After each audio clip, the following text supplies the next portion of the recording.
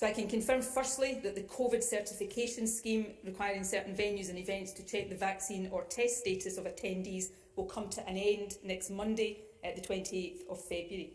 The app which supports the scheme will remain operational, however, so any business that wishes to continue COVID certification on a voluntary basis to reassure customers will be able to do so. Second, as of 21st March, assuming no significant adverse developments in the course of the virus, we expect that the legal requirement to wear face coverings in certain indoor settings and on public transport will be converted to guidance. We will continue to strongly recommend the wearing of face coverings in shops and other indoor public places and on public transport.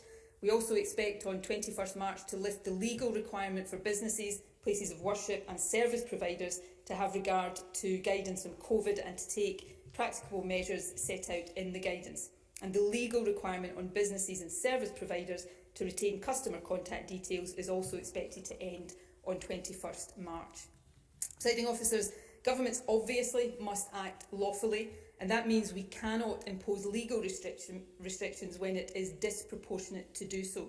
As the situation improves and the severity of the impact from COVID reduces, we are therefore duty-bound to remove legally imposed restrictions. But this should not be taken as a signal that COVID no longer presents any risk to health, because it clearly does. So even though certain measures, for example face coverings, may not be legal requirements in future, we will still recommend voluntary compliance as part of the range of behaviours that will help keep us safe as we manage COVID in a more sustainable and less restrictive way.